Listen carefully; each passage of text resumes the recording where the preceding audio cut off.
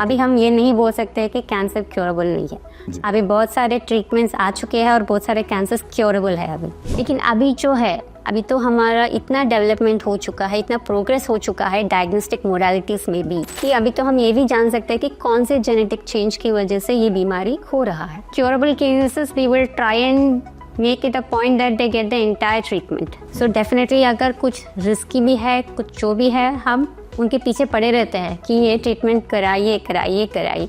Normally when we से इन females if we take mainly it is the breast cancer which is ranking 1 now. For male population it's the head and neck cancers, mainly your lip cancers, mouth cancers, oral cancers, they rank 1. बहुत बहुत नमस्कार। आज के इस podcast कार्यक्रम में हमारे बीच मौजूद हैं आदरणीय डॉक्टर शिवश्री, और उनसे हम जानना चाहेंगे ऑन्कोलॉजी के बारे में और उनका परिचय भी हम जानना चाहेंगे।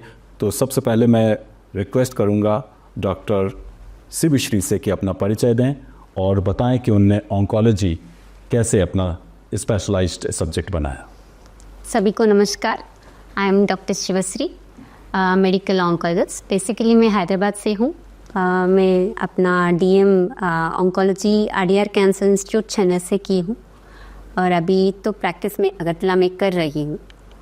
Okay. I'll be soon joining this part. Okay, so madam, how had you been inspired to take up oncology as your specialized subject? कैसे oncology की तरफ आप कैसे आकर्षित हुई?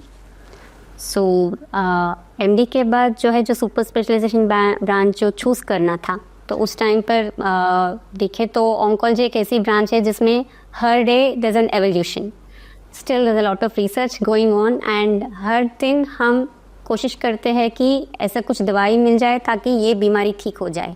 तो अभी भी वो स्टिल इनक्यूरेबल है, असाध्य है। तो वो ये इनक्यूरेबल जो है, अभी ये बहुत पहले की बात है। अभी हम ये नहीं बोल सकते कि कैंसर क्योरेबल नहीं है। अभी बहुत सारे ट्रीटमेंट्स आ चुके हैं और बहुत सारे कैंसर क्योरेबल है अभी। तो that was the evolution and still it's an evolving branch. जी जी जी। तो ऐसा था कि कॉलेज में आपको कोई पीयर प्रेशर था कि वो लोग ऑन्कोलॉजी ले रहे हैं तो मुझे भी इसी फील्ड में जाना चाहिए, ऐसा को? या आपकी ब्रदर से सिस्टर से इस फील्ड में जाना चाह रहे हो तो आपने सोचा? Actually, frankly speaking, it was my guide. After my MD, I was working in care hospitals in Hyderabad. Okay, so there I was working under Dr. Sharat Taluri, who was my in charge and the unit head. Okay. So I was actually trying to think about 2 or 3 options, of which he really guided me that I should be doing this branch. So it was a guidance from my अच्छा। Madam, ये जो word है oncology, ये खासतौर पे जो Hindi belt के लोग हैं उनको समझने में थोड़ी परेशानी होती है। How will you define the term oncology? तो जो भी कैंसर से संबंधित जो रोग हैं, उनके ट्रीटमेंट में जो भी इलाज में जो भी है, जैसे कि हम सर्जरी करते हैं, कीमोथेरेपी देते हैं, रेडिएशन देते हैं, और कोई और भी फैसिलिटीज है, जैसे न्यूक्लियर मेडिसिन में जो है रेडियो न्यूक्लियाइड्स यूज़ करते हैं ट्रीटमेंट के पर्पस में। जी। तो ये चारों जो ग्रुप है, सर्जरी, रेडिएशन, कीमोथेरेपी और systemic therapy, nuclear medicine, nuclear radio nucleotides, ये सब ऑन्कोलॉजी के घटक हैं। हाँ, कंपोनेंट्स है। तो जनरली हम कैंसर के ट्रीटमेंट में ये सभी चीज़ों का रोल बहुत ही ज़्यादा है। अच्छा जी। मैम, तो ये रोल जो है वो ऑन्कोलॉजी स्पेशलिस्ट से किस तरीके से डिफर करता है, कैसे अंतर आ जाता है? Oncology specialist generally oncology specialisation जो है दूसरे सुपर स्पेशलिटी से जब हमें अलग करना है, तो जो भी है, अगर आप कार्डियोलॉजी लेंगे या न्यूरोलॉजी लेंगे, मतलब जो हार्ट से रिलेटेड है, वो नर्वस सिस्टम से रिलेटेड है, जनरली वो है, तो वो एक स्पेशलाइज्ड ब्रांच है। खुद में जो है एक ही डॉक्टर आपको ट्रीट कर लेंगे। लेकिन ऑन्कोलॉजी में जब आप देखेंगे, oncology itself is a specialised branch, but in that also you have a sub specialities, like medical oncology एक सब स्पेशलिटी है, रेडिएशन ऑन्कोलॉजी एक सब स्पेशलिटी है, सर्जिकल ऑन्कोलॉजी, न्यूक्लियर मेडिसिन, और सभी एक दूसरे के लिए बहुत इंपॉर्टेंट है। ऐसा नहीं है कि आपने ऑपरेशन कर लिया तो बीमारी ठीक हुआ है। कुछ बीमारी ऐसा है जिसमें हो सकता है, लेकिन एक दूसरे का हेल्प चाहिए। अगर हमें 100% क्योर चाहिए और हमारा आउटकम्स या रिजल्ट अच्छा होना है, तो डेफिनेटली सभी एक दूसरे को हेल्प करना ही चाहिए। तो it becomes a more of interdisciplinary kind of management, that you need to have the help of not just, ये तो ट्रीटमेंट के बात ही मैंने बोला है, लेकिन अगर हम देखें तो जैसे पहले ट्रीटमेंट से पहले हमारे डायग्नोसिस जो है, बीमारी को अंदाज़ा लगाकर उसको आइडेंटिफाई कर डायग्नोस करके स्टेजिंग करने के लिए हमें रेडियोलॉजी से लेकर पैथोलॉजी से लेकर सभी डिपार्टमेंट्स के हेल्प चाहिए होते हैं. So do you think that the study of oncology is tougher than other kinds of studies? We don't say tougher, it's more really exciting and interesting. Yes, it's a kind of tedious job, And but then you And definitely... how about the expenses? How much one has to expend? See, I mean, learn this particular- expenses is the same. It's going to be the same as any other super specialization. Now, how much ever you spend on the other subject, for studying purpose, you don't need to spend extra. Okay. But definitely treatment purpose, it's going to be a lot more. Do you think, madam, that the study of oncology is far better in foreign countries as compared to India? Do you think? I would not say that, because if it's just about the study purpose, you do have enough and more knowledge and experience here. But yes, one thing I would definitely say that the clinical trials. So clinical trials, definitely we don't have that much in India. So which is definitely far better when you go So abroad. that's why I think the young students are attracted towards, other countries. Like I've seen so many students had gone Ukraine before the war even- broke up. Not only that, even after they complete their specialization here, they do go there to get some experience. Okay. But I think we should encourage them to stay here. Okay. Madam, what kind of cancers are there which are prevalent normally? Normally, when we say in females, if we take mainly, it is the breast cancer, which is ranking 1 now. Okay.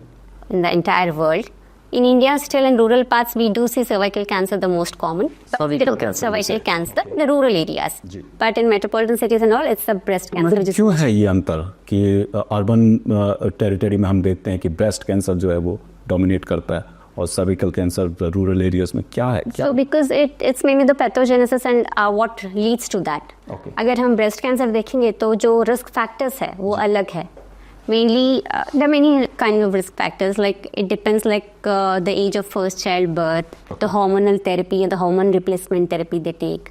Obesity is a very, it plays an important role. Okay. Next only to your alcohol and smoking, which we know are very much the risk factors. After that, if you are seeing, it's the obesity which ranks the most common risk factor for not just for breast cancer but other gallbladder cancers, other cancers like endometrial cancers, which we see a part more in metropolitan, because these days it's kind of desk job. People have the very less physical activity, Okay. kind of junk food they take, the lifestyle they have. So there are many other factors which do play, and that's the reason why the breast cancers are common in the urban or the metropolitan cities.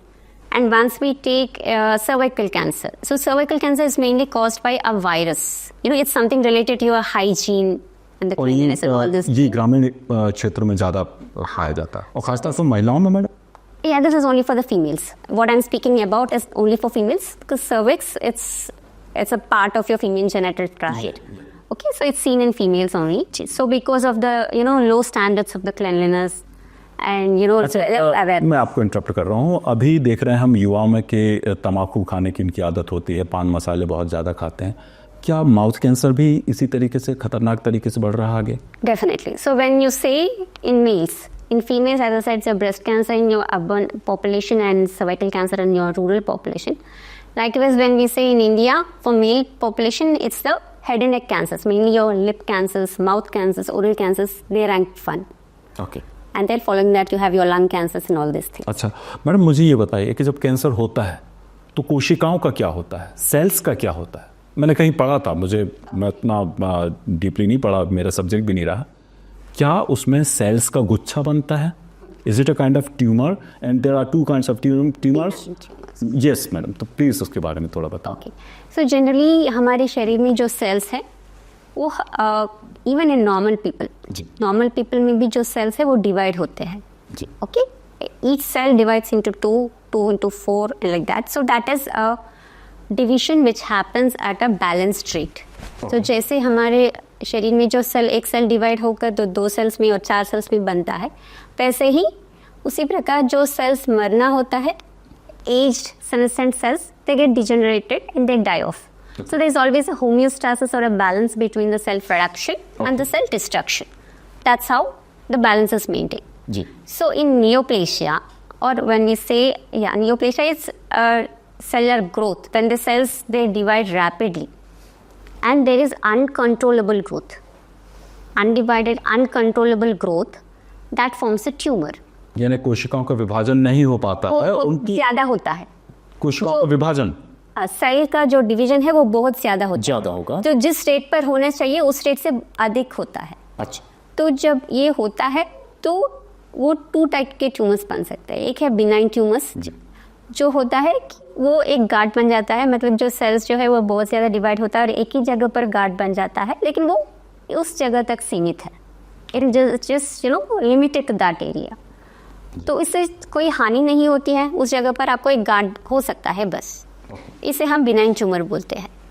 अगर वो जो tumour uncontrollably divide होकर local हेमेटोजीनस और lymphatic spread में चला जाता है, तो ब्लड वेसल्स के थ्रू, लिम्फेटिक्स के थ्रू वो उस जगह से दूसरे जगह पर जब स्प्रेड होने लगता है तो वो खतरनाक बन जाता है, उसे हम मैलिग्नेंसी बोलते हैं। जी जी, बिल्कुल बिल्कुल। तो मैलाइन ट्यूमर जो है वो क्यूरेबल है? Yes, if you identify in early stage, definitely they are curable. जी जी जी। So, ma'am, can you discuss the role of personalized medicine and the targeted therapies in oncology today? Yes. So this is one of the evolution which we have to say a major breakthrough. Okay. So क्योंकि कुछ साल पहले तक तो हमें सिर्फ यही पता है कि कीमोथेरेपी, Okay. अतः ऑपरेशन होना है या उसके बाद कीमोथेरेपी मिलेगा या नहीं मिलेगा। लेकिन अभी जो है, अभी तो हमारा इतना डेवलपमेंट हो चुका है, इतना प्रोग्रेस हो चुका है डायग्नोस्टिक मोडालिटीज़ में भी, कि अभी तो हम ये भी जान सकते हैं कि कौन से जेनेटिक चेंज की वजह से ये बीमारी हो रहा है। अगर हमें ये पता चलता है कि इस चेंज की वजह से ये हुआ है, तो कुछ ऑप्शंस है कि आप उस जेनेटिक चेंज को टारगेट कर सकते हैं। लेकिन ये अर्ली स्टेज में होना चाहिए? नहीं, ये जो पर्सनलाइज्ड मेडिसिन, प्रिसिशन मेडिसिन है, ये कभी भी मतलब कभी भी दे सकता है, depending upon the certain protocols. लेकिन मैडम, अगर कैंसर एडवांस्ड स्टेज पर है तो क्या ये प्रभावकारी है? या डेफिनेटली, वेरी मच। अगर जैसे मैंने बोला कि अभी जो 2 टर्म्स आपने यूज़ किया है, एक है टारगेटेड थेरेपी, दूसरा है इम्यूनोथेरेपी। ठीक है, ये टारगेटेड थेरेपी जो है, so it mainly acts on that particular pathway, जिस मैकेनिज्म के थ्रू वो कैंसर बन रहा है या बढ़ रहा है, उस मैकेनिज्म पर एक्ट करता है। नहीं तो जो जेनेटिक चेंज की वजह से which is driving the tumour, उस पर एक्ट कर सकता है। तो we are targeting that specific pathway so that the benefit is that it will definitely identify that particular precise genetic thing, and also the side effects as you have with chemotherapy, those things will be very much reduced. So चले तो लोग डरते हैं, अभी भी डरते हैं chemotherapy से, वो नाम सुनकर ही डरते हैं। आपको उतना सारे साइड इफेक्ट्स नहीं रहेंगे इसमें, और उसका ये जो रेस्पॉन्स रेट्स है, ट्रीटमेंट मतलब ट्यूमर का कंट्रोल रेट है, वो बहुत अच्छे से रहेंगे और बहुत लंबे टाइम तक रहेगा। अभी जैसे अगर हम देखेंगे तो किडनी कैंसर एक ऐसी कैंसर है और लिवर कैंसर एक ऐसी कैंसर है जिनमें कीमोथेरेपी काम नहीं करता है। तो किडनी कैंसर पहले अगर स्टेज 4 का होता तो कोई 1 साल से ज़्यादा नहीं रहते थे। अभी हमारे पास जो इम्यूनोथेरेपी है उसे ईजीली 5 to 8 ईयर्स तो ऐसे ही नॉर्मल लाइफ लीड कर रहे हैं इन स्टेज 4। तो ये ऐसे नहीं है कि ये सिर्फ अर्ली स्टेज में काम करेगा, ऐसे नहीं है। ये किसी स्टेज में भी जो है हम जब यूज़ करते हैं तो डेफिनेटली बेनिफिट तो रहेगा, लेकिन कौन से कैंसर्स में किस स्टेज पर यूज़ करना, दैट डिफर्स। अच्छा जी। मैम, अभी कुछ समय पहले अखबारों में बहुत ज़्यादा खबर आई थी कि एक रशियन वैक्सीन बन गई है इसकी कैंसर की रोकथाम के लिए। तो मैम, कुछ उस बारे में आप प्रकाश डालिए। क्या ये उतनी कारगर सिद्ध होने वाली है? समाज में कैंसर का जो खतरा इतना ज़्यादा बढ़ा हुआ है, क्या लोगों को राहत मिलेगी उससे? सो इट्स बेसिकली, अभी तो सभी लोग जानते हैं ये आर्टिफिशियल इंटेलिजेंस जो टर्म आया है। जी जी। So this vaccine is mainly trying to assess, अगर एक पेशेंट के हम मटेरियल, जेनेटिक मटेरियल, जो ट्यूमर मटेरियल देते हैं, so it's going to try to identify what kind of genetic makeup it has got, and then it's a mRNA based thing which is assessed by the artificial intelligence को use करके पता कर सकते हैं कि कौन से जेनेटिक चेंजेस के हिसाब से वो चेंजेस हो रहा है और उसके थ्रू हम क्या टारगेट कर पाएंगे। So it is a good thing. But how beneficial it is, definitely, because we are very much hopeful about the artificial intelligence based on. So we just have to wait and see for that. Yes, madam. And I think the vaccine is at the madam initial stage. अभी पूरी तरह से वो market में भी नहीं आई है उतने ज़्यादा जानकारी। because all these things. लेकिन जो रशियन साइंटिस्ट्स हैं और रिसर्चर्स हैं वो क्लेम करते हैं कि ये बहुत ज़्यादा प्रभावकारी सिद्ध होने वाली है ma'am. That's what we have to wait and see how good it would be. And how the thing is, most of that when even it is being done, हमारे लिए क्या ये कितना accessible है? जी जी मैम। तो it should be accessible to the population level also. So जो अभी trials level पर है वो नॉर्मल पॉपुलेशन तक रीच होना है, तब हम डेफिनेटली देख पाएंगे इसका रिजल्ट। अच्छा मैम, मान लीजिए कोई कैंसर पेशेंट है तो उसकी ट्रीटमेंट की क्या प्लानिंग होना चाहिए? और मैं ये भी आपसे जानना चाहूँगा कि कौन कौन से फैक्टर्स हैं जो प्रभावित करते हैं उसके डिसीजंस को, और उसके जो साथ के जो फैमिली मेम्बर्स हैं किस तरीके से प्रभावित करते हैं वो? यानी मेरा कहने का मतलब कि उसकी कहना चाहिए कि इलाज की किस तरीके से प्लानिंग हो। ये मेनली डिपेंड होता है कौन से ऑर्गन का ट्यूमर ये बन रहा है, क्योंकि definitely like we generally classify oncological thing as a solid haematology kind of thing, solid malignancies, haematological malignancies. जो जनरली अगर हम ब्लड कैंसर्स को देखते हैं तो ब्लड कैंसर्स में ऐसा कुछ नहीं है कि स्टेजेस, ऐसा कुछ नहीं होता है जी। ब्लड कैंसर है या तो हम लिम्फोब्लास्टिक बोलते हैं, माइलोब्लास्टिक बोलते हैं, तो उसमें जो स्टेज नहीं होता है लेकिन उसका ट्रीटमेंट लंबा है। अगर लिम्फेटिक एक्यूट लिम्फोब्लास्टिक ल्यूकीमिया है तो वो तो 2.5 years का ट्रीटमेंट है। माइलॉइड है तो 6 months का है, आगे जाकर ट्रांसप्लांट लगेगा या नहीं लगेगा। तो ये तो स्टेज के हिसाब से नहीं, बीमारी का डायग्नोसिस और उसके सब टाइप के हिसाब से ट्रीटमेंट होगा। क्या ट्रीटमेंट प्लान है? या क्योंकि जनरली ये ट्रीटमेंट प्लान होगा तो ये काइंड ऑफ जनरलाइज प्रोटोकॉल होगा जी, ठीक है। ये हेमेटोलॉजिकल मैलिग्नेंसीज में अगर आप जब पूछ रहे कि अगर सॉलिड कैंसर्स में जाते हैं तो ये स्टेज के हिसाब से बदलेगा। आप पूछ रहे थे ना कितना लंबा हो सकता है ट्रीटमेंट, प्लानिंग क्या होगा। जी जी। तो अगर हम फॉर एग्जांपल अगर ब्रेस्ट कैंसर को ही लेते हैं, अगर स्टेज 1 पहले स्टेज का ट्यूमर है और वो हार्मोन पॉजिटिव होता है तो शायद उनको सर्जरी के अलावा कुछ और ट्रीटमेंट की ज़रूरत भी नहीं लग सकती है। If are identifying in stage 1 है, हार्मोन पॉजिटिव है, HER2 नेगेटिव है, लुमिनल उसका सब टाइप्स होता है। अगर लुमिनल ए सब टाइप का है तो हमें सर्जरी के अलावा कुछ और करने की ज़रूरत नहीं पड़ती है। So that is the advantage of identifying in early stage. क्या ऐसे परिवार भी हैं जहाँ पर कैंसर पाया जाता है, कैंसर हो गया है, तो आर्थिक तंगी की वजह से क्या वो वेट कर सकते हैं? कुछ ऐसी बात है कि तुरंत इलाज के लिए भागना चाहिए उन्हें? जब भी अगर पता चलता है तो जितना जल्दी हो सके उतना जल्दी तो ट्रीटमेंट लेना ही चाहिए, क्योंकि जैसे मैंने बोला अगर स्टेज 1 में है तो आपको शायद सर्जरी से काम चल जाए। अगर आप रुकेंगे, आर्थिक परिस्थिति है करके रुकेंगे, वो स्टेज 2 स्टेज 3 पर चला जाएगा तो डेफिनेटली आपको कीमो लगेगा ही लगेगा, रेडिएशन लगेगा ही लगेगा, आपका ट्रीटमेंट टाइम भी बढ़ेगा, खर्चा और भी ज़्यादा होगा और पेशेंट मॉर्बिडिटी भी ज़्यादा होगा। मतलब आपको कीमोथेरेपी का साइड इफेक्ट्स भी झेलना पड़ेगा, रेडिएशन का भी साइड इफेक्ट्स झेलना पड़ेगा। डॉक्टर शिवश्री, सरकार की तरफ से क्या ऐसे परिवारों के लिए, गरीब परिवारों के लिए कुछ ऐसी आर्थिक मदद? डेफिनेटली मिनी स्कीम्स तो है, क्योंकि आयुष्मान भारत जो है, जो प्रधानमंत्री योजना है, अभी तो वो तो नेशनल लेवल पर सभी स्टेट्स में है और कुछ स्टेट्स में सीएम स्कीम्स चलते हैं, मतलब चीफ मिनिस्टर फंड भी चलता है कुछ स्टेट्स में। और ऐसे एक इंडियन कैंसर सोसाइटी भी है, ICS, जिसके कुछ सर्टेन रेगुलेशंस रूल्स होते हैं, मतलब डिपेंडिंग ऑन द डिजीज़, वो बीमारी क्या है, वो कौन से स्टेज पर है, वो क्यूरेबल है, इनक्यूरेबल है, उसके through depending on the criteria that are fitting into that you can also get the funds from Indian cancer society. यानी हम कह सकते हैं कि अगर आर्थिक तंगी है तो घबराने की ज़रूरत नहीं है। बहुत सी ऐसी योजनाएं हैं सरकार की, बहुत से ऐसी स्कीम्स हैं जिसका लाभ वो ले सकते हैं और इलाज जो है वो शुरू हो सकता है। या definitely madam, immunotherapy has been a game changer in cancer treatment. How does it work and which patients benefit the most from it, madam? Immunotherapy. So कुछ देर पहले हम बात कर रहे थे, एक था टारगेटेड थेरेपी और दूसरा था इम्यूनोथेरेपी जी। तो बेसिकली अगर ईजिली समझाना है तो हम तो जानते हैं वैक्सीन के बारे में। सो हम जो छोटे बच्चे में वैक्सीन देते हैं, it works on the principal that अगर आप एटेन्यूएटेड और इनएक्टिवेटेड फॉर्म ऑफ वायरस को देते हैं, जैसे आप ये जो DPT वैक्सीन है, MMR वैक्सीन है, जो भी आप दे रहे हैं बच्चों को, वो हम छोटी मात्रा में और इनएक्टिवेटेड या लेस पावरफुल जो वायरस देते हैं, ताकि आगे जाकर वो बच्चे को कभी इन्फेक्शन सच में वो होता है, बच्चे का जो इम्यूनिटी है वो प्राइम्ड होता है, मतलब मेमोरी सेल्स होते हैं, मेमोरी बी सेल्स है। सो बिकॉज ये वैक्सीन की वजह से जो मेमोरी बन चुका है, उसके थ्रू वो अगर जब सच में इन्फेक्शन आएगा, it will fight back and the child will not get ill. So this is a basic principle of any vaccine what we are giving. तो मैडम अभी थोड़ी देर पहले हम जो रशियन वैक्सीन की बात कर रहे थे, वो अलग है। इम्यूनोथेरेपी से उसको कनेक्ट करके नहीं देखा जा सकता?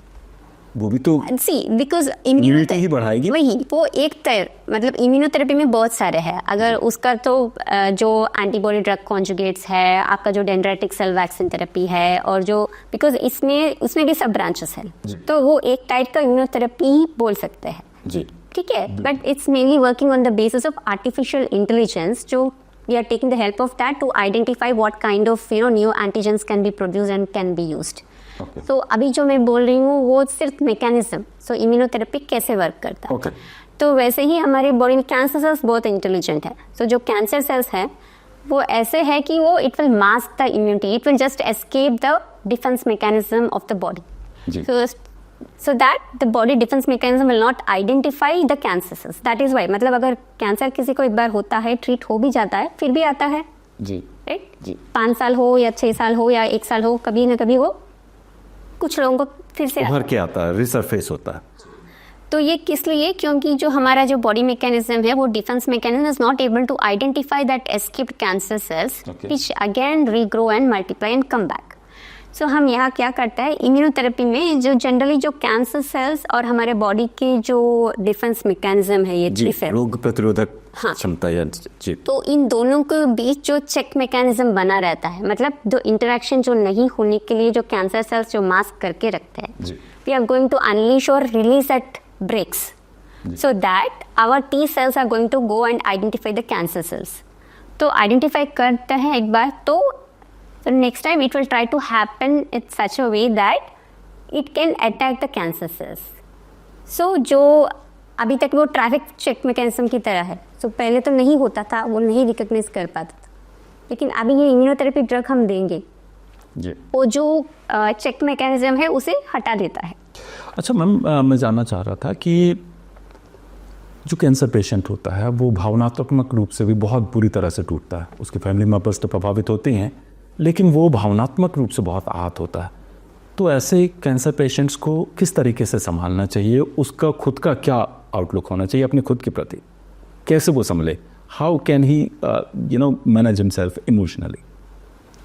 So it is a difficult thing, really a challenge, and it is different for every single individual, because the kind of responsibilities or the support, social support or economic support is different for every single individual. So from our side, we can see to it that we try to give them a moral support. We also have a palliative care team, psycho-oncology team. So these people will try and give the regular sessions, sometimes of counseling. Okay, in case if they are very severe depressed, then maybe a medical support also. Yes, ma'am. But other than that, we just have to give them that, moral support that we are there at every single step. And this journey is not going to be a single or a alone journey. We are there with them. We can give that, but it also becomes, it's easily said than done. जी जी बिल्कुल। Doctor Shivashree, जो family members होते हैं वो भी बड़े trauma से गुजरते हैं। किसी अगर फैमिली मेंबर को कैंसर हो जाता है तो उनका रवैया क्या होना चाहिए पेशेंट की तरफ, और वो अपने आप को कैसे संभालें? सो ये बहुत डिफ़िकल्ट क्वेश्चन है, क्योंकि उनको ना ही खुद को संभालना है, पेशेंट को भी संभालना है। सो जनरली ये but this attitude it's slightly different. जब हम वेस्टर्न वर्ल्ड में देखते हैं उनका एटीट्यूड थोड़ा अलग है। हमारा जो इंडियन कल्चर है, इंडियन कल्चर या वो प्रोटेक्टिव, कई लोग तो ऐसे है कि वो पेशेंट को बिना बताए ट्रीटमेंट देने के लिए बोलते हैं, because they just want to protect them from that news also. But this is kind of individualized basis होते हैं ये भी, because we generally don't treat any patient without revealing the diagnosis, because there are many more implications with that. So but yes, उनके लिए तो ये बहुत ही challenge है, क्योंकि पेशेंट के लिए तो वो खुद को ही संभालना है, लेकिन फैमिली को जो है वो खुद को संभालना है, पेशेंट को संभालना है, साथ ही इकोनॉमिक्स और फाइनेंशियल ये सभी को भी अरेंज करना है। जब पेशेंट को साथ लाते हैं तो उनका जॉब ये सभी भी स्किप करना पड़ता है, तो it's a many more much more difficult task. तो हम तो मोरल सपोर्ट दे सकते हैं। साइको ऑन्कोलॉजी जो टीम होती है वो जनरली सेशंस लेते हैं, काउंसलिंग लेते हैं, पेशेंट को लिए अलग भी लेते हैं और फैमिली के सपोर्ट के लिए भी वो अलग से काउंसलिंग सेशंस लेते हैं। मैडम, मैं जानना चाहता था आपसे कि व्यक्ति की लाइफ स्टाइल या जो जीवन जीने का जो तरीका होता है, जीवन शैली होती है, वो कैंसर को कैसे प्रभावित करती है? क्या बिगड़ी हुई लाइफ स्टाइल कैंसर को जन्म दे सकती है? जैसे डाइट है, एक्सरसाइज है, स्ट्रेस मैनेजमेंट है, ये सब चीज़ें लाइफ स्टाइल में शामिल होती हैं, और कैसे वो व्यक्ति के स्वास्थ्य को प्रभावित करती है, कैसे वे कैंसर का कारण बन सकते हैं? कृपया इस पर रोशनी डालें। I think this is the most important question. अगर हम देखें तो द कॉजेज फॉर कैंसर जब हम डिफाइन करते हैं तो या रिस्क फैक्टर्स या कैंसर क्यों होता है, अगर ये क्वेश्चन पूछे तो we would just say modifiable risk factors, non modifiable risk factors. So जो मॉडिफाइबल रिस्क फैक्टर्स है वो 75 to 80% ऑफ द टाइम्स जो है मॉडिफाइबल रिस्क फैक्टर्स ही होते हैं। मतलब around 70 to 80% of the times अगर कैंसर होता है तो कुछ मॉडिफाइबल रिस्क फैक्टर्स की वजह से ही होता है, जो है आपकी lifestyle. It's only in 15 to 20% that you see that लोग डरते हैं कि जेनेटिक कॉज की वजह से या हेरिडिटरी रीजंस की वजह से, फैमिली में है तो उनके बच्चों को आएंगे, इस चीज़ों से ही डरते हैं, लेकिन वो बहुत कम है, only 20%। So it's a lifestyle which plays a major role. As I said 70 to 80% of the times अगर कैंसर हो रहा है तो आपके लाइफस्टाइल की वजह से ही हो रहा है। So obviously the most common causes एक है स्मोकिंग इन और टोबैको इन एनी फॉर्म। अब अगर आप स्मोकिंग, सिगरेट, गुटखा, तंबाकू, जर्दा, खैनी, in different parts of the this thing we have different forms available. So ये है बस the most common reason, and the second most common alcohol. ये दोनों चीज़ तो लगभग सभी जानते हैं कि ये दोनों चीज़ों की वजह से कैंसर होता है। तो like also important is that these two things when they are there they have got more of synergistic action, not an additive action. That is 2+2 4 नहीं होगा, 2+2 6 8 होगा। मतलब अगर स्मोकिंग और अल्कोहल है साथ में तो उनको जो कैंसर होने का जो रिस्क है वो सिर्फ डबल नहीं होता है, तीसरी मतलब बहुत ज़्यादा होता है। अच्छा मैम, बहुत सी ऐसी बातें उठती हैं, कई लोग कहते हैं कि बाजार का खाना जो खाते हैं उसमें तेल जो है वो बार बार यूज़ होता है, क्या ये कारण बन सकता है कैंसर? यस, जैसे जो मैंने बोला है अभी, ये जो फर्स्ट 2 कॉजेस है, स्मोकिंग और alcohol is the first, and the third thing as I said obesity, मोटापा। ये बहुत ही मतलब very risk factor, and western world में तभी देख ही रहे हैं, और या maybe because we have adopted the western kind of culture. अभी जो लोग हैं घर पर खाना बहुत कम खाते हैं, बाहर का खाना ज़्यादा खाते हैं। ओके, जो जंक फूड है मेनली फ्रेंच फ्राइज जो भी है, ये सभी जो बनाते हैं लोग, एंड जो एक बार जो यूज्ड ऑयल बार बार यूज़ करने से, यस डेफिनेटली, क्योंकि जब ऐसे यूज़ होता है generally this something called saturation point, जब उसका वो बॉइलिंग पॉइंट होता है, हर ऑयल का बॉइलिंग पॉइंट होता है, beyond which it becomes this unsaturated fatty acids and all this things will come up, and later on they go into reactions, amines, nitrosamines, ये सभी जो है वो प्रोड्यूस होता है। तो yes, it is definitely a risk factor. अच्छा ma'am, मेरे प्रश्न में एक बात और शामिल थी, स्ट्रेस मैनेजमेंट। यस, लगातार तनाव में बने रहना, क्या यह भी एक कैंसर का कारण हो सकता है, और कैसे? Yes, I mean, if it's not a direct factor, but definitely it's one of the factors affecting, because ये multifactorial होते हैं। कैंसर ऐसा नहीं कि सिर्फ एक ही कारण से बनेगा। So generally we have something called epidemiological triad, मतलब कैंसर नहीं, हर कोई भी बीमारी, अगर किसी बीमारी या इन्फेक्शन को भी हमारे शरीर में आना है तो 3 चीज़ों का होता है, एक होस्ट फैक्टर्स, एक एजेंट फैक्टर्स, एक एनवायरमेंटल फैक्टर्स। मतलब जो होस्ट फैक्टर मतलब जिस व्यक्ति को वो हो रही है उनका जो बेसिक इम्यूनिटी कैसा है, उनके फैक्टर्स की वजह से। सेकेंड थिंग एजेंट, मतलब जो भी इन्फेक्शन या कुछ भी हो रहा है तो वायरस हो रहा है तो उसका एक्टिविटी कितना ज़्यादा है। सिर्फ ये दोनों चीज़ की वजह से ही नहीं, एनवायरमेंटल फैक्टर्स जो मतलब वो जो ये जिस पर्यावरण में वो रह रहा है, हाँ, मतलब we have to have that agent, and ये दोनों जब इंटरेक्ट होते हैं उसे फैसिलिटेट करने के लिए जो चीज़ें शरीर में भी, it's not just external thing, internally also जो फैसिलिटेट करने की जो चीज़ें हैं, इस सभी के इंटरेक्शन के बाद सभी अगर it makes it conducive to sustain and grow that infection. So वैसे ही अगर हम देखेंगे तो कैंसर के लिए जो भी है, it's not just only one factor which will matter, many things also will matter. Likewise when you said stress, because obviously ये जो है स्ट्रेस में जो हमारे जो ग्रोथ फैक्टर्स है, ये हार्मोन्स जो है वो सभी जो होता है, ये इंसुलिन रेजिस्टेंस, जैसे भी हम डायबिटीज़ देखते हैं, cardiovascular disease, ischaemic heart disease जो भी देखते हैं, it's also very well know that ये जो इंसुलिन रेजिस्टेंस जो है वो बहुत ज़्यादा होता है। तो ग्रोथ फैक्टर्स जो होता है, it plays a different kind of, it will facilitate it, if it's not causing it will facilitate it. जी। अच्छा मैम, फिजिकल एक्सरसाइजेस कितने कारगर साबित हो सकते हैं कैंसर की रोकथाम के लिए?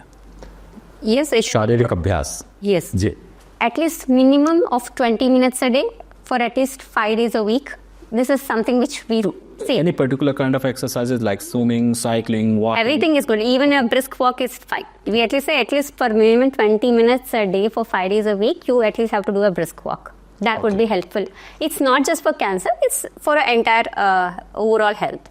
How can patients best advocate for themselves during their cancer journey? Okay, see, one thing, they have to be mentally strong for themselves, what they can do. Okay. Right? So, external support in the form of medication is anyway there. But in our practice, we have very much seen that, patients जो लड़ने की या जो हिम्मत रखते हैं लड़ने के लिए, नहीं मुझे कैसे भी इससे ठीक होना है, we see that when we give medicines, they definitely there have been several examples. Yes madam, there have been several examples. क्या myths हैं, क्या misconceptions हैं कैंसर के बारे में हमारे समाज में? हाँ, अभी भी बहुत सारे हैं। जैसे कि अभी भी हम देखते हैं कि लोग पूछते हैं इनको कैंसर है, क्या हम इनके साथ बैठकर खाना खा सकते हैं? जी। क्या ये हमारे पोते को छू सकते हैं, खिला सकते हैं? So these things, it is really sad that आज के दिन भी लोग इसे ऐसे समझते हैं कि ये कम्युनिकेबल डिजीज़ है, एक से एक को स्प्रेड होगा, छूत की बीमारी है। हाँ, जो बिल्कुल भी नहीं है। जी। ठीक है, सो दे कैन डेफिनेटली, अगर हम पूछे तो नॉर्मल आप जिनके साथ रह रहे हैं शायद उनके वजह से इनको इन्फेक्शन हो सकती है क्योंकि इनका इम्यूनिटी लेवल कम है, लेकिन इनके वजह से दूसरे और किसी को किसी प्रकार की प्रॉब्लम नहीं होगा। जी। That is still there. Madam, where do you see the future of oncology heading in the next 5 to 10 years? Oncology का क्या भविष्य है मैडम? आगे आने वाले 5-10 सालों में ऑन्कोलॉजी कितना डेवलप करेगी मैडम, कितना प्रोग्रेस करेगी? क्या ऐसी योजनाएं चल रही हैं, क्या ऐसे रिसर्च चल रहे हैं, क्या ऐसे अन्वेषण चल रहे हैं मैडम? तो अभी अगर हम देखेंगे तो 10-15 साल से पहले इससे भी बहुत कम था, जैसे कि ओनली कीमोथेरेपी। अभी हमने देखा है कि जो टारगेटेड थेरेपी है, इम्यूनोथेरेपी है, ट्रांसप्लांट है, CAR-T सेल थेरेपी है, ये सभी जो चीज़ें अभी आ चुके हैं। अभी हमारे पास एक ही बीमारी के लिए बहुत सारे ऑप्शंस ऑलरेडी है और आगे जाते ये ऑप्शंस और भी बढ़ेंगे, क्योंकि अभी जो 5-10 साल में एक तो है जैसे वैक्सीन थेरेपी जो है, अभी कई बीमारियों में वैक्सीन थेरेपी का ट्रायल्स ऑलरेडी चल रहा है। अगर ओवेरियन कैंसर में देखें, ब्लैडर कैंसर में देखें, तो अभी ऑलरेडी उसमें वैक्सीन ट्रायल्स भी चल रहा है और ट्रांसप्लांटेशन के बारे में भी चल रहा है। CAR-T सेल थेरेपी, ये जो CAR-T सेल थेरेपी है वो it's called chimeric antigen receptor therapy. जैसे जिन पेशेंट को कैंसर होता है उनके शरीर से वो सेल्स लेते हैं, ठीक है, और उसके जेनेटिकली मॉडिफाई करते हैं, जेनेटिकली इंजीनियर करते हैं थ्रू अ वायरस इनोक्यूलेशन, उसको लैब में फिर से रीग्रो करते हैं, एक्सपैंड करते हैं पॉपुलेशन को। वो जो जेनेटिकली एक्सपैंडेड पॉपुलेशन जो होता है उसे फिर से पेशेंट के शरीर में देते हैं ताकि वो जाकर वो कैंसर सेल्स को आइडेंटिफाई करे और मारे। अभी तो ऑलरेडी ये तो हमारी ल्यूकेमियास और लिम्फोमास में तो अभी ऑलरेडी ये ट्रीटमेंट चल ही रहा है। अभी इसे अभी आगे जाकर सॉलिड कैंसर जैसे ओवेरियन कैंसर उसमें भी ट्रायल्स, क्लिनिकल फेज 1 ट्रायल्स में ऑलरेडी है। ये कितना अफोर्डेबल है मैडम? क्योंकि ऑब्वियसली अभी के लिए तो ये CAR-T सेल थेरेपी पहले हमारे यहाँ TMH मुंबई में ऑलरेडी कर चुके हैं, वी और other parts of the country also they are doing it. So in coming times it will become affordable, but yeah it is costly at this point, but as compare to abroad तो definitely we can say it's much more affordable as compare to western. अच्छा जी। तो जैसे कि हम देख रहे हैं ये वैक्सीन सेल थेरेपी आ रहे हैं और कार्टी सेल थेरेपीज जो सिर्फ हेमेटोलॉजिकल कैंसर्स में दिख रहे थे, अभी वो सॉलिड कैंसर्स में भी आ रहे हैं। और not only in the treatment part but also in diagnostic parts, अभी जो आर्टिफिशियल इंटेलिजेंस जो आ चुके हैं, by giving the feeding the information of the patient, data आप फीड करेंगे तो उसके थ्रू वो it will access and it will be able to tell you the options which are better. तो ये सभी तो आगे 5 to 10 years we are going to see it in a much more better way. Doctor Shivashree, अभी आपने बताया कि आगे आने वाले 5-10 सालों में इसमें बहुत ज़्यादा विकास होने वाला है और भी रिसर्च होंगे और भी अन्वेषण होंगे। पेशेंट्स को इस बारे में कैसे जानकारी मिल सकती है, किस माध्यम से वो जाने कि अब इसमें टेक्नोलॉजिकल एडवांसमेंट हो गया है, नई चीज़ आ गई हैं, पेशेंट अपने आप को कैसे अवेयर कर सकता है, कैसे अपने आप को कहना चाहिए कि जानकारी रख सकता है इन सब एडवांसमेंट्स के बारे में? ओके, प्रैक्टिकली पूछा जाए तो अगर कोई पेशेंट है तो वो जब भी अपने डॉक्टर के पास ट्रीटमेंट के लिए जाते हैं तो हर किसी का यही आशा होगा कि इससे भी अगर बेटर ऑप्शन कुछ है तो क्या हम ले सकते हैं कि नहीं, या आगे कुछ आने वाला है। यानी ये डॉक्टर का दायित्व है, वो उसकी रिस्पॉन्सिबिलिटी है कि पेशेंट को बताए कि अब ये भी चीज़ें अवेलेबल हैं, अभी मतलब आ सकता है जी। अभी जो अवेलेबल है वो बताना ज़रूरी है, लेकिन कुछ सालों में अगर आने वाला है डेफिनेटली उसके बारे में भी जानकारी देना है। और उसके अलावा नेशनल कैंसर नेटवर्क जो वेबसाइट है NCCN गाइडलाइंस बोलते हैं, तो जो NCCN वेबसाइट पर जाएंगे तो वो सेपरेट एक पेज रहेगा पेशेंट एडवोकेसी के बारे में। मतलब पेशेंट को, अगर किसी पेशेंट को कोई भी कैंसर है, हर कैंसर के through you will have a guidelines, patient related advocacy भी होगा, डॉक्टर रिलेटेड भी होता। तो अगर पेशेंट ये वेबसाइट विजिट करेंगे तो वो देख सकते हैं कि इस बीमारी है तो कौन से स्टेज में क्या क्या ट्रीटमेंट्स अभी अवेलेबल है, ये ट्रीटमेंट जब चल रहा है तो उस टाइम पर उनको क्या क्या प्रिकॉशंस लेना है, क्या एक्स्ट्रा इन्फॉर्मेशन पूछना है। तो they also can visit the NCCN website to get to know the details what they are supposed to do. Madam, time duration क्या होगा? मान लीजिए किसी व्यक्ति ने आज टेस्ट कराया, जांच कराई और पाया कि कोई ऐसी बात नहीं है, कोई सिम्टम्स नहीं है कैंसर के, अगली बार वो जांच के लिए कब जाए? 5 सालों में, 10 सालों में, कि 6 महीने में, कि लगातार करता रहे जैसे डायबिटीज? ऐसा सेक्स रूल्स कुछ नहीं है जी। ओके, सो जो आप जो पूछ रहे हैं exactly we have to term it as a screening. मतलब we are trying to identify the disease before it is manifested और इट बिकम सिम्टोमेटिक। मतलब अगर आपके शरीर में कुछ ऐसे सेल्स है तो उसको आपको लक्षण दिखे इससे पहले आप जानना चाहते हैं जी। तो ये जो जनरली जो है जो सेट गाइडलाइंस है वो फीमेल्स में ब्रेस्ट कैंसर के लिए है, सर्वाइकल कैंसर के लिए है, और मेल्स में देखेंगे जिनका जो स्मोकिंग रिस्क है तो उनके लिए लंग कैंसर के लिए है, प्रोस्टेट कैंसर के लिए है, किसी का फैमिली हिस्ट्री है तो कोलोनिक कैंसर के लिए है। तो ऐसे है कि कैंसर के टाइप के हिसाब से उनके रिस्क के हिसाब से होगा। जनरल पॉपुलेशन के लिए है तो generally it is called cervical and breast cancers.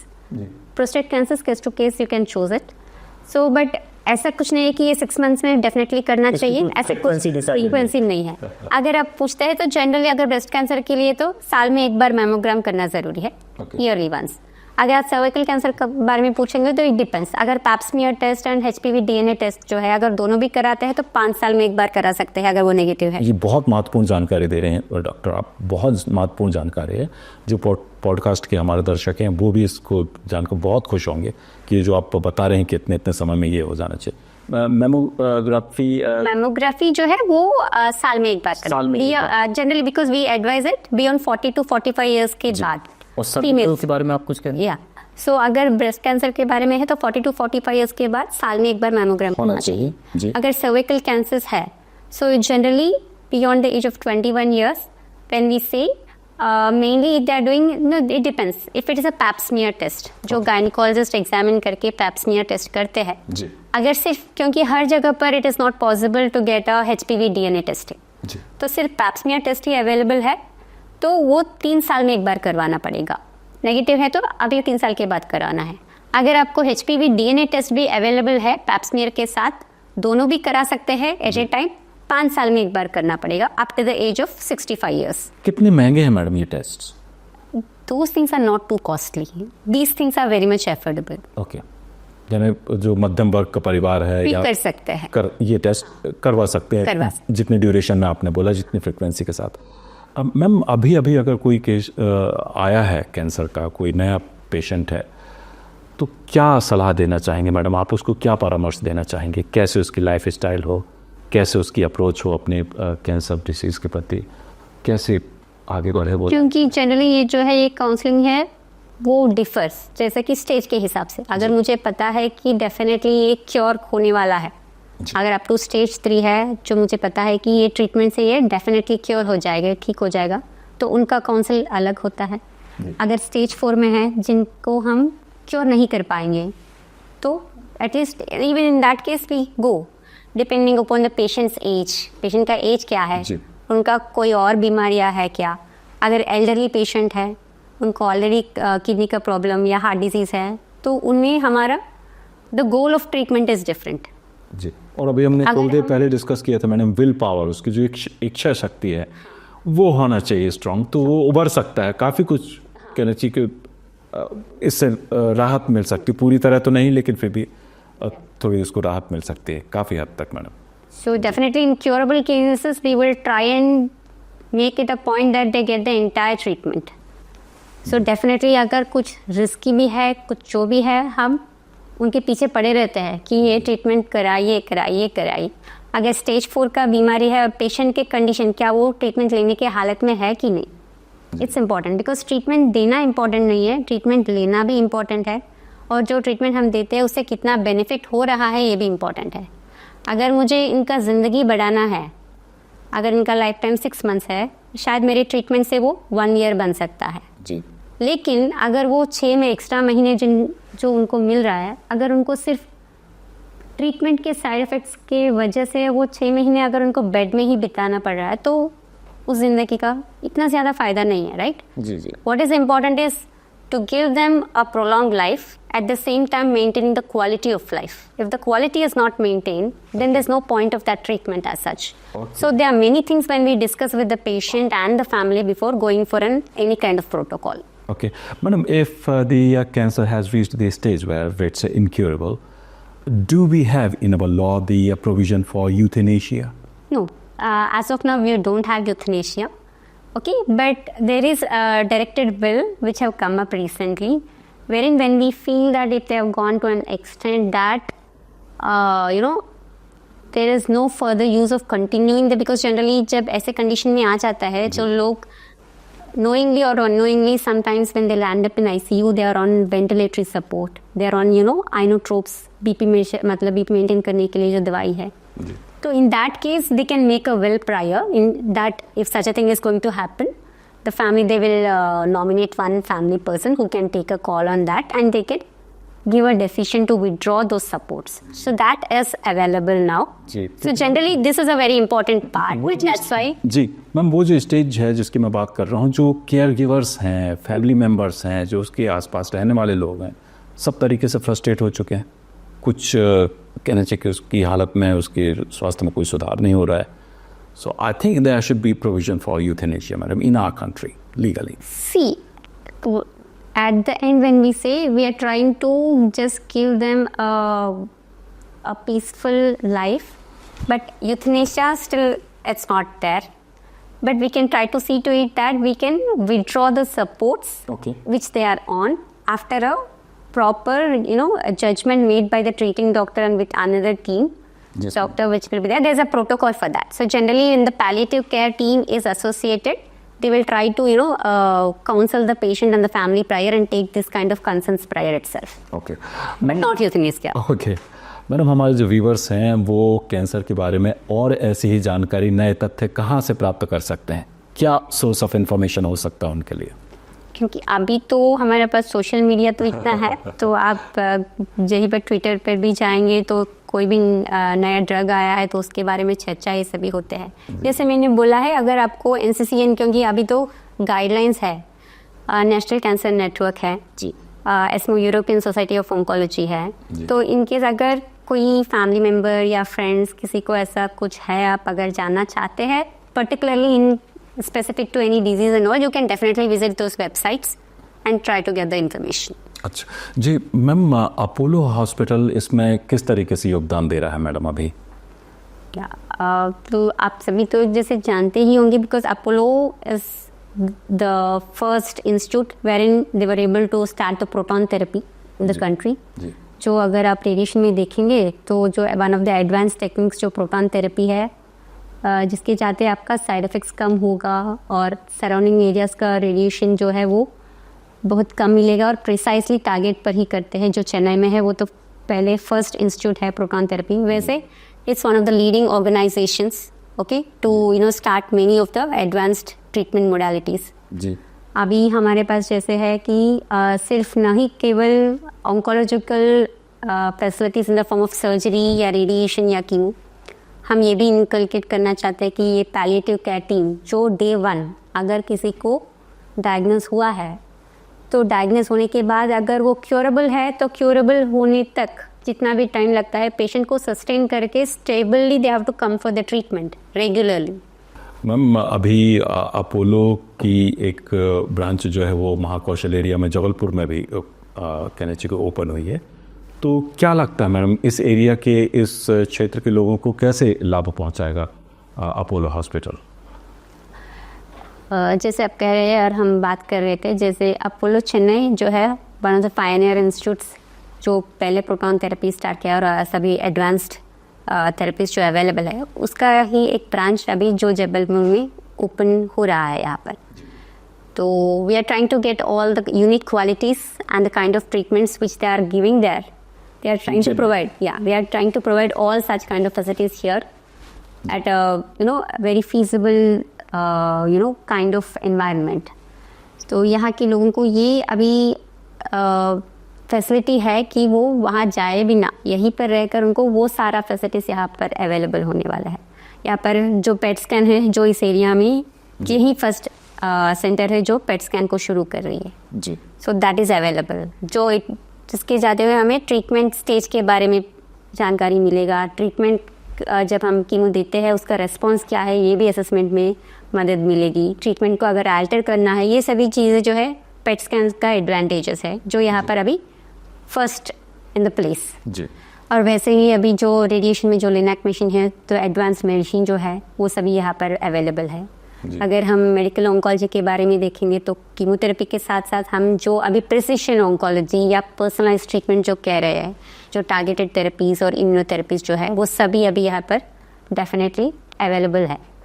तो इसके जाते हुए ये जो फैसिलिटीज़ हैं शायद आपको दूसरी जगह पर भी मिल सकते हैं, लेकिन इसके साथ साथ हम व्हाट यू से अ होली kind of approach and comprehensive care जो है वो हम यहाँ प्रोवाइड करते हैं। जैसे कि आपने बोला है और पूछे थे कि it's not just the patient alone, उनके फैमिली को भी उतना ही सपोर्ट चाहिए है। तो जिसके लिए डे 1 से हमें ये पैलिएटिव केयर का टीम का सपोर्ट चाहिए होता है, साइको-ऑन्कोलॉजी का टीम का सपोर्ट चाहिए होता है। तो we are trying to get even all those facilities here. So ना ही सिर्फ पेशेंट को हम केयर करना चाहते हैं, पेशेंट के फैमिली भी उतने ही इम्पॉर्टेंट है because they are the ones who are going to be under more stress and trauma and they are the ones who are going to face the practical challenges in every way. जी जी। Patient physically वो लड़ रहे हैं लेकिन उनको support करने के लिए, ट्रीटमेंट को अरेंज करने के लिए, आने जाने के लिए the many other things to be facilitated. So ये सभी जो है वो are equally and even more important because family भी उतना ही स्ट्रेस में है जी। तो उनको भी सपोर्ट करने के लिए हम we will definitely have our oncology, psycho oncology team and the palliative care team supporting them in the form of counseling sessions will be given to them। तो ये सभी चीज़ें जो है वो यूनिक है यहाँ। एंड साथ ही अगर कोई सेकेंड ओपिनियन लेना चाहते हैं तो because we are one of the just a branch of that Apollo centre over there, so अगर किसी को सेकेंड ओपिनियन भी लेना है we will definitely because we have a tumour boards here जो हर पेशेंट के जो भी डायग्नोसिस है हम सभी चीज़ मतलब medical oncology, surgical, radiation, nuclear medicine सभी जो है सभी मिल बैठकर प्लान को डिस्कस करेंगे एंड देन ही इम्प्लीमेंट करेंगे। वो it's very important, that's a unique thing in institute. यानी सेकंड ओपिनियन के लिए चेन्नई अपोलो जाने की जरूरत नहीं, यहीं पर हम डिस्कस कर लेते हैं and we will try to connect with the team over there and get an opinion for that. जी जी, चलिए बहुत अच्छी बात है। मैम अगर कोई व्यक्ति है जिसे कैंसर का डर है, शक है इस बात का कि कैंसर कहीं हो तो नहीं गया है, क्या कैंसर की शुरुआत हो रही है, तो क्या सिम्पटम्स होते हैं मैडम, क्या लक्षण होते हैं, शरीर में क्या बदलाव आते हैं कैंसर की शुरुआत में, और कैसे वो उसको पहचान सकता है? सो जनरली अगर पूछे तो ऐसे स्पेसिफिक कुछ लक्षण हम नहीं बोल सकते हैं, क्योंकि शरीर में किसी पार्ट में, किसी ऑर्गन में भी हो सकता है कैंसर। तो जिस ऑर्गन में हो रहा है उस ऑर्गन के इन्वॉल्वमेंट कितना है, इसके हिसाब से लक्षण होंगे जी। लेकिन जैसे हम जानते हैं कि फीमेल्स में अगर देखेंगे तो कॉमन कैंसर अभी जो है ये cervical cancer, ovarian cancer, breast cancer. तो ब्रेस्ट कैंसर है तो हर फीमेल को डेफिनेटली उनको beyond the age of 18 years, after 18 years every female is suppose to have a self breast examination. जी। अगर कोई भी जाकर आप यूट्यूब में टाइप कीजिए self breast examination, so generally when you do that you will get a series of videos हर लड़की को कैसे चेक करना चाहिए ब्रेस्ट में। So they will have to look for, अगर कोई गांठ है, any lump in the breast, और निपल में कुछ डिस्चार्ज आ रहा है, या the bloody discharge, CS discharge, ऐसा कुछ है, स्किन चेंजेस कुछ हो रहा है, कभी ऑरेंज पील जैसा स्किन चेंजेस होता है, कभी रेडनेस होता है, ऐसा कुछ चेंजेस हो रहा है, या निपल रिट्रैक्शन कुछ हो रहा है, तो ये सभी जो चेंजेस है वो सभी को देखना है। तो जनरली अगर आपको जब तक नहीं पता होगा कि नॉर्मल क्या है तब आप अबनॉर्मल को आइडेंटिफाई नहीं कर पाएंगे। इसलिए it's advise that beyond the age of 18 years every female should have a self breast examination at least once a month. Generally, it's around post menstruation, around 1 week after that, they're supposed to do this. This is a generalized guidance for all the females. तो ये एक चीज़ है। अगर हम specifically अगर देखेंगे तो अगर कोई स्मोकिंग करते हैं तो उनके लिए तो डेफिनेटली हम ये बोलते हैं कि आप at least you have to get a ENT checkup done, तो स्मोकिंग के वजह से जो है ओरल कैंसर्स जो है ये सभी बहुत कॉमन होते हैं जो ENT चेकअप के लिए चाहिए। अगर हम सिम्टम्स के बारे में पूछेंगे तो जनरली इसके अलावा जो ब्लड कैंसर्स वो सभी है generally unexplained fever not subsiding with treatment, unexplained weight loss, night sweats, ये सभी चीज़ें जो है। Hair loss also ma'am? No, night sweats मतलब आपने बहुत मतलब पसीना इतना छूटता है कि even the bedsheet and everything will get drenched. Okay. So sometimes they do not have any reason to explain that. So these are certain, we call it as B symptoms. जी। Okay, so sometimes it can be seen in other conditions like TB and all, but still अगर आप कोई भी और reason से you're not able to explain it, then you definitely have to look for cancers. Generally ये जो है कभी कभी बच्चों में जो है, बच्चों में ब्लड कैंसर जो कॉमन होता है तो अनएक्सप्लेन फीवर है, अनएक्सप्लेन वेट लॉस है, ये सभी शरीर में कहीं भी गांठ आ जाते हैं और ट्रीटमेंट के बाद भी, एंटीबायोटिक्स के बाद भी वो गांठ कम नहीं हो रहा है, ये सभी देखना है। एंड अगर स्मोकर्स है तो कभी कभी वॉइस चेंज, यानी लंपी और थ्रोट में जो है लंपी फीलिंग है, या कुछ अटक गया है, या कुछ आवाज़ में कुछ चेंज है which is not explain by any other thing. So ये कुछ लक्षण हो सकते हैं। ठीक है, तो शरीर में कहीं भी गांठ आ जाता है तो वो आपको एक बार चेकअप कराना ज़रूरी है। वो बिनाइन भी हो सकता है, उसके लिए कुछ करना नहीं है, लेकिन at least you just have to get it checked once in a while. Doctor Shivashree, आप यहाँ पर आई और हमारे सवालों का आपने जवाब दिया। बहुत अच्छी चर्चा रही आपसे, आपका बहुत बहुत धन्यवाद। Thank you. और ये थी मुलाकात डॉक्टर शिवश्री से जो हमारे प्रश्नों का जवाब दे रही थी, और भी बहुत अच्छी उनसे चर्चा हुई कैंसर के टॉपिक पर। देखते हैं कि अगले मेहमान अब हमारे प्रोग्राम में कौन होने वाले हैं। तब तक के लिए नमस्कार।